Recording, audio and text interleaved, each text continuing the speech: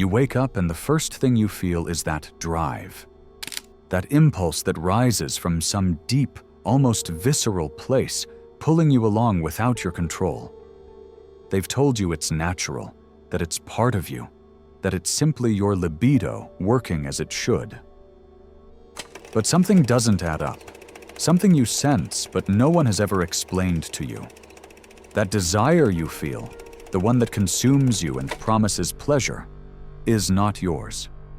It's a direct attack on what Carl Jung called your shadow. That part of you keep locked away, the one that contains everything you reject about yourself.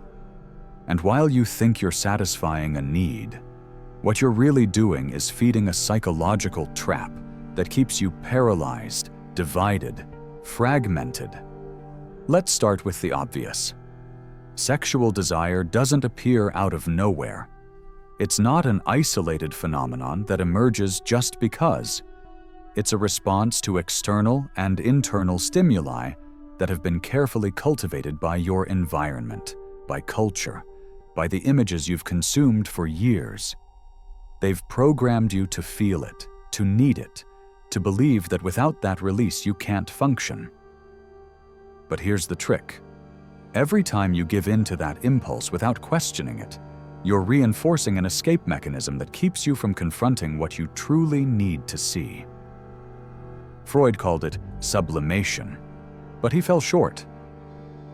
It's not just about redirecting sexual energy towards something more productive. It's about understanding that this energy is the fuel of your shadow, and every time you waste it on fleeting pleasure, you're betraying your deepest potential. The shadow is everything you don't want to be, everything you've repressed because it doesn't fit the image you project to the world. It is your contained rage, your silenced aggression, your buried creativity, your ambition disguised as modesty. And uncontrolled sexual desire is the weapon your psyche uses to keep you away from it. Because as long as you're busy chasing that immediate pleasure, you won't have time to look inward. You won't have space to ask yourself what's truly driving you. Sexual drive becomes a smokescreen, a masterful distraction that prevents you from seeing the real problem. And here's the twisted part. The more you give in, the more you need to give in, because the cycle feeds itself. The momentary pleasure leaves you empty, and that emptiness demands more pleasure, and so on to infinity. Nietzsche saw it clearly. Modern man is a slave to his impulses because he has lost the ability to master them. It's not about repression, it's about mastery. He who controls his desire controls his destiny. But he who lets himself be carried away by it becomes a puppet of his own instincts. And here comes what no one tells you. That desire you feel so intensely is not a sign of vitality, it's a sign of fragmentation. When your shadow is integrated, when you've accepted and worked with those dark parts of yourself, sexual desire stops being a desperate urgency and becomes something you can consciously channel. But when your shadow is repressed, that desire becomes magnified, distorted, obsessive. Think about this. How many times have you given in to that impulse and then felt empty, almost guilty, as if you had betrayed something inside you? That feeling is not a coincidence. It is your psyche screaming that you've wasted energy you could have used for something greater. Jung said the shadow contains gold, but you have to be willing to get your hands dirty to find it. And every time you escape toward easy pleasure, you're leaving that gold buried. You're choosing immediate gratification over real transformation. And real transformation hurts. It's uncomfortable. It forces you to look at yourself without filters. That's why it's easier to surrender to desire, because desire asks nothing of you. It only promises temporary relief. But here is the biggest trap. That relief is a lie. Uncontrolled sexual pleasure doesn't relieve anything. It only postpones. It postpones confrontation with yourself. It postpones inner work. It postpones shadow integration. Meanwhile, That part of you that you reject keeps growing in the dark, becoming denser, more powerful, more dangerous.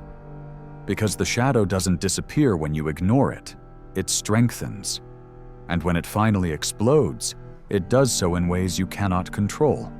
Uncontrolled rage, deep depression, silent self-destruction. All of that is your shadow reclaiming its place, demanding to be seen. So, where does that desire you feel really come from? It's not pure biology. It's not just testosterone flowing through your veins. It's your psyche trying to rebalance itself through the only channel you've left open. You've closed all the other escape valves. You've repressed your creativity, silenced your rage, domesticated your ambition. And all of that accumulates, becomes pressure, and the pressure seeks an exit. The easiest exit, the most socially accepted, is sexual desire. Nobody will judge you for having a high libido, but if you start channeling that energy toward something more transcendent, toward creation, toward mastery of yourself, then they will question you. Because the world needs you to remain predictable, needs you to remain a slave to your impulses. And here comes the part that scares most. If you manage to integrate your shadow, if you confront those parts of yourself you've rejected for years, sexual desire stops dominating you. It doesn't disappear, but it changes in nature. It ceases to be an urgent need and becomes a conscious tool. The ancient Taoists understood this perfectly. Sexual energy is the same energy that moves the universe, but only those who know how to channel it can use it to transcend. The rest simply waste it on fleeting pleasures that led nowhere. Wilhelm Reich called this the repression of organ, that vital energy that society blocks and distorts to keep you controlled. And he was right, but only partially. It's not just that society represses you, it's that you repress yourself every time you ignore your shadow. Every time you choose immediate pleasure over inner work, you're blocking your own vital energy. You're building a psychological prison with dopamine bars and walls of guilt. And the worst part is that you don't even realize it, because that prison feels comfortable. It feels like freedom, like pleasure, like life. But it's not. It's stagnation, disguised as satisfaction. Look around you. Look at how many people are trapped in this endless cycle of desire and satisfaction, without ever truly progressing. They're psychological zombies, moving through life without real purpose, anesthetized by constant pleasure. And you, are you in that group, or are you willing to get out? Because getting out involves pain, involves facing everything you've avoided for years. It involves accepting that the part of you you're ashamed of, the part you reject, is exactly the one you need to integrate to become whole. The shadow is not your enemy. It's your repressed ally. It's the half of you you've left in exile, and as long as you keep it there, you will remain only half of what you could be. Schopenhauer said it brutally. Life is suffering because we are constantly pursuing desires that never satisfy us. And he was right. Sexual desire is just another manifestation of that endless pursuit. You think that if you satisfy it, you'll be happy. But the happiness lasts 2 minutes, and then you return to the same emptiness. And that emptiness cannot be filled with more pleasure. It's filled with meaning. It's filled when you accept your shadow, when you integrate those dark parts, when you stop running from yourself. Here is the secret no one will tell you. Intense sexual desire is a symptom, not a cause. It is the signal that something deeper is out of balance. And that imbalance comes from the repression of your shadow. Every time you reject a part of yourself, that energy becomes compulsive desire. It manifests as sexual hunger, as addiction, as a desperate need for external validation. But deep down, what you really need is not sex. It's integration. You need to reconcile with those parts of yourself you've buried. You need to accept your darkness as much as you accept your light. And this is not abstract theory. This is pure psychology. Jung spent decades studying cases of people who lived divided, fragmented, unable to be whole because they had rejected their shadow. And in every case, the result was the same: obsessions, compulsions, addictions.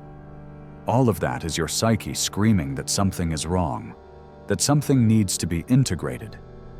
But instead of listening, most choose the easy path. Satisfy the desire and move on. And the years go by, and the shadow keeps growing, and desire becomes more intense, and the cycle never ends. So what do you do with all this? How do you break the cycle? First, you recognize that this desire isn't yours, in the sense that it is not something you consciously chose to feel. It is an automatic, conditioned response, fueled by years of external stimuli and internal repression. Second, you begin working with your shadow. And this is not easy, not comfortable, not something you can do overnight. It involves sitting with yourself, in silence, without distractions, and asking what is truly driving you. It involves accepting your rage without judging it, recognizing your ambition without disguising it, embracing your darkness without fear. When you begin that work, something changes. Sexual desire stops being that overwhelming force that controls you and becomes something you can consciously manage. It doesn't disappear, but it no longer dominates you. And that is freedom. Because true freedom is not doing whatever you want whenever you want.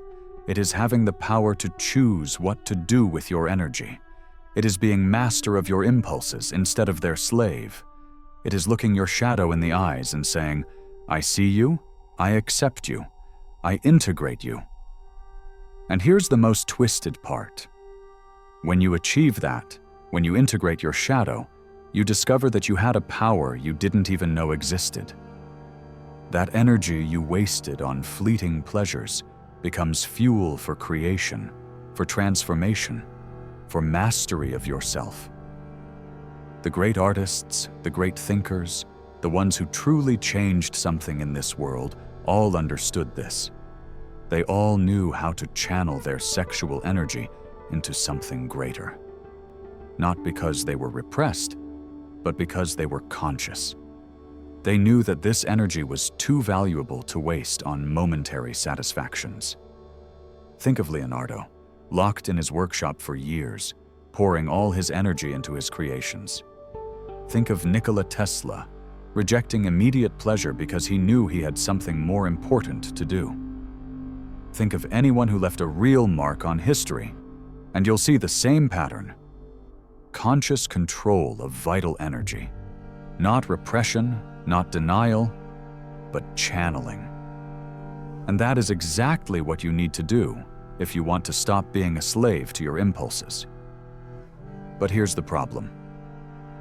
Most people don't want to do that work. Most prefer to stay in the comfortable cycle of desire and satisfaction because inner work hurts, it's uncomfortable. It forces you to face things you'd rather ignore.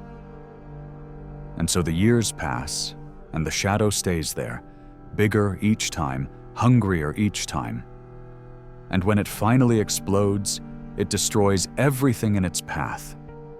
Ruined relationships, destroyed careers, wasted lives, all because someone didn't want to face their shadow when there was still time. So let me ask you directly, are you going to keep being a slave to that desire? Or are you going to start working with your shadow? Because that is the only question. That matters. Everything else is noise. You can keep justifying, rationalizing, telling yourself it's natural, that it's healthy, that it's part of who you are. Or you can accept the brutal truth. That desire is an attack on your potential. It is the way your psyche keeps you distracted, fragmented, incomplete. And as long as you keep falling for that trap, you will never be truly free. You will never be truly powerful. You will never truly be yourself. The shadow waits. It always has. And it will keep waiting until you have the courage to face it. But with each passing day, each time you choose pleasure over inner work, it becomes harder. The pressure increases, the desire intensifies, the trap tightens. And there comes a point when you can no longer escape, when you become trapped forever in that infernal cycle of need and satisfaction, without ever truly moving forward. So what are you going to do? Because this is the moment. This is the point where you decide whether you continue being a slave or start being free. And freedom begins with a single decision: to look at your shadow, accept it, integrate it. Everything else comes after. But without that first step, there is nothing, only more cycles, more desires, more emptiness. And in the end, when you look back, you'll ask yourself what happened, where your life went, why you never achieved what you knew you could achieve. And the answer will be simple. Because you chose pleasure over power. Because you chose distraction over transformation. Because you never had the courage to face your shadow. Don't expect it to be easy. It's not. Integrating the shadow is the hardest work you will ever do in your life, but it's also the most important. Because without it, you will never be whole. You will never truly be yourself. And now that we've made it this far, before we continue, I want to present the following to you. Our book, The Formula of Awakening, is now available. Do you feel like there's something inside you that wants to awaken, but you don't know where to start? Then I invite you to transform your way of thinking, and with it, your way of living. Discover who you can become. Start today. The link to get the ebook is in the first pinned comment of this video. Grab your copy now at a great price. With that said, let's continue with the video. And that is the real tragedy. Living an entire life without truly knowing yourself, without truly being free, without reaching your real potential. All because you were afraid to look inward. All because you were afraid to look inward. The shadow does not negotiate, does not wait, does not forgive. It is simply there, reminding you every day that there is a part of you that remains unintegrated. And that part is exactly the one you need to be whole. And now that you know this, now that you have seen what most refuse to see, you have a decision to make. You can close this video and return to the cycle, or you can stay here in this space where the truth is not disguised. If you choose the latter, subscribe and activate the notification bell, because what comes after this is even deeper, more uncomfortable, more necessary. And in the comments, write exactly this: I have seen my shadow. When you do, I will personally reply to you, because I need to know who is truly willing to do the work. And if you know someone who is trapped in that cycle, someone who needs to hear this even if they don't know it yet, share this video. Not for me, but because maybe that person is waiting for someone to show them the way out. Maybe you are the sign they need to wake up.